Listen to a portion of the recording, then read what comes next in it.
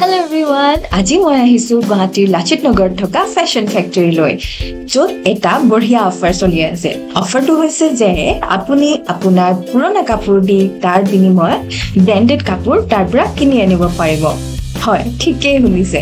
আপুনি আপোনাৰ পুৰণা কাপোৰ লৈ গৈ তেওঁলোকক দি দিব আৰু তাৰ বিনিময়ত আপুনি পাব 50 টকীয়া 100 টকীয়া আদি কুপনছ। যিকেইটা কুপন আপুনি নতুন কাপোৰৰ বিলিং কৰোঁতে বিলিং কাউণ্টাৰত দিলে টোটেল বিলৰ পৰা কুপনৰ টকাখিনি ডিডাক্ট কৰি দিব। ফ্যাশন ফ্যাক্টৰীত সকলো আইটেমতে গোটেই বছৰটোত মিনিমাম 30 পৰা 40% ডিসকাউন্ট থাকে। হেতুৰ লগতে পুৰণা কাপোৰ দি পোৱা কুপনৰ ডিসকাউন্টটো এড হৈ যাব। গতিকে কাপোৰ কেটাৰ দাম আৰু কম হৈ যাব।